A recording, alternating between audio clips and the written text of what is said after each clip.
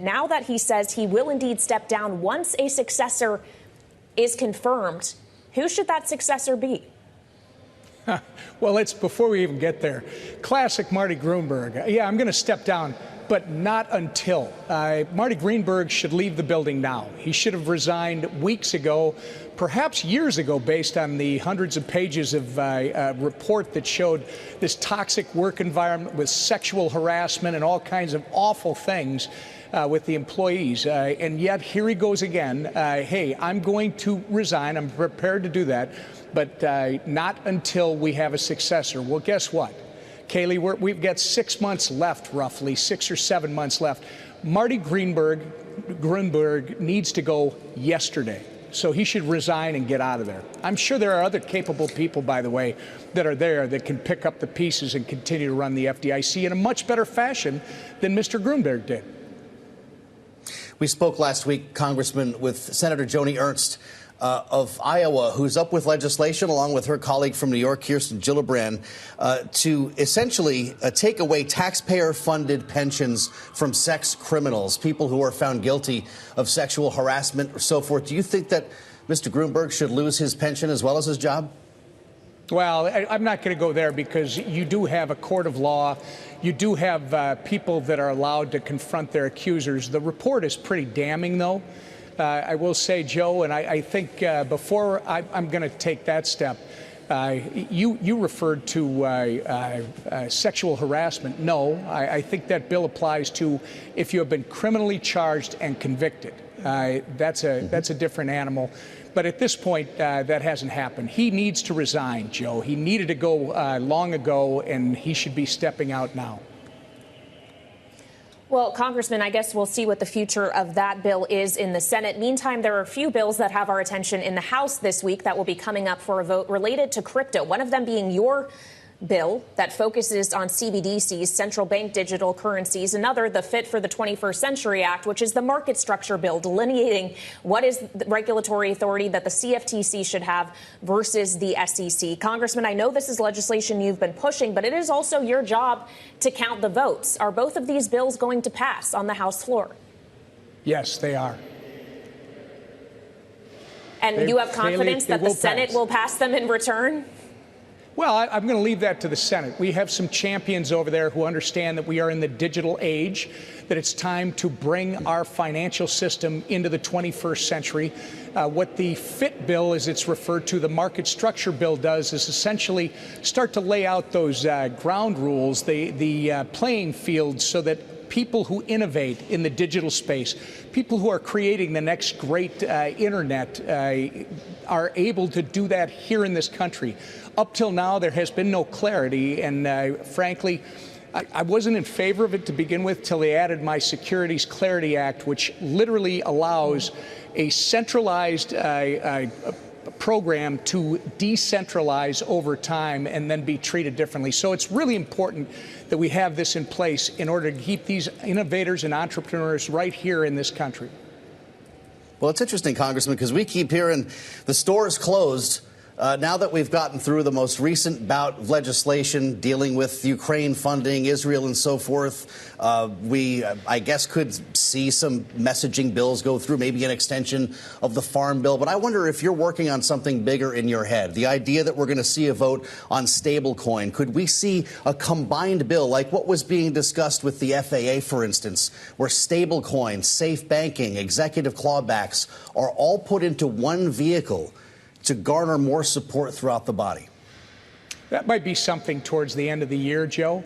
But I think right now you're talking about just two very specific pieces of legislation. One is creating a framework so that entrepreneurs and innovators, those who want to invest in great projects, do it right here in this country so we don't ever experience this issue that we had with someone who's outside of the reach of the United States oversight. And then we've also got a central bank digital currency bill on the floor, which literally says the federal government could create one, but they're going to have to get authorization from Congress, and it's going to have to emulate cash, which simply means that any digital currency issued by the government must be open, permissionless, and private. It can't be used like the Chinese are using the digital yuan, which is basically a surveillance tool where they're building social scores on their citizens based on their purchases and their behavior. We can't have that in this country. That's un-American. We need a digital currency that actually is consistent with American values.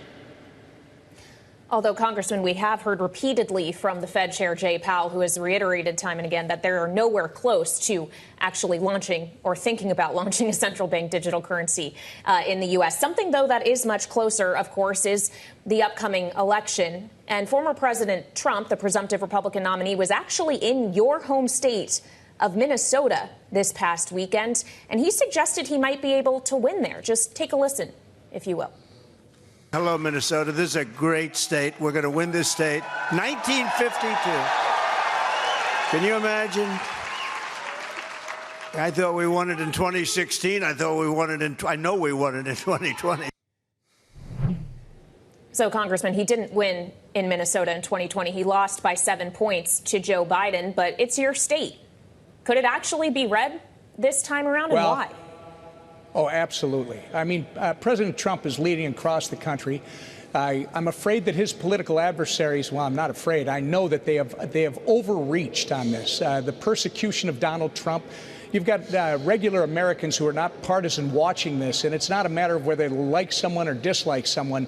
They know fairness, and when they see someone not being treated fairly, look at the result. He just continues to climb in the polls. And in my home state, when it was Hillary Clinton back in 2016, Donald Trump came within less than 2 points, about 1.5 points, of beating Hillary Clinton in Minnesota, a place where a Republican presidential candidate has not won since 1972. And right now, Kailey, the polls that we know of show this basically as a statistical tie, a dead heat.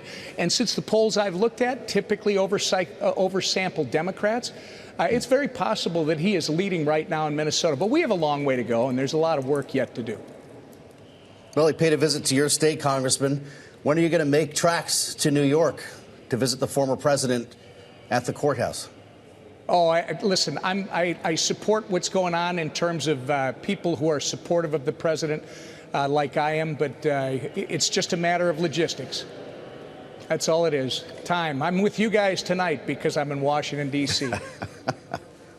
Fair enough. Although the speaker himself was able to make a trip last week. Congressman, you wanted the speaker's job yourself before Mike Johnson got it. Are you still eyeing that in the future? Actually, I didn't want it. That's why I didn't put my name in until it looked like everybody that wanted it was no longer going to be a viable candidate. As it turns out, we got a great speaker. He's doing a wonderful job. And you guys are right. He did manage to make that trek up to New York. But keep in mind, I'm the whip. My job is to make sure people are attending a session, that they are here so they can vote. And let's just say that we've had to do some gymnastics to make sure that works with people coming and going, whether it be to New York or somewhere else. So I got to set the example. I've thought about this, Congressman, what you must go through as a whip. I mean, is to what extent is the House calendar at the mercy of what's going on in Lower Manhattan?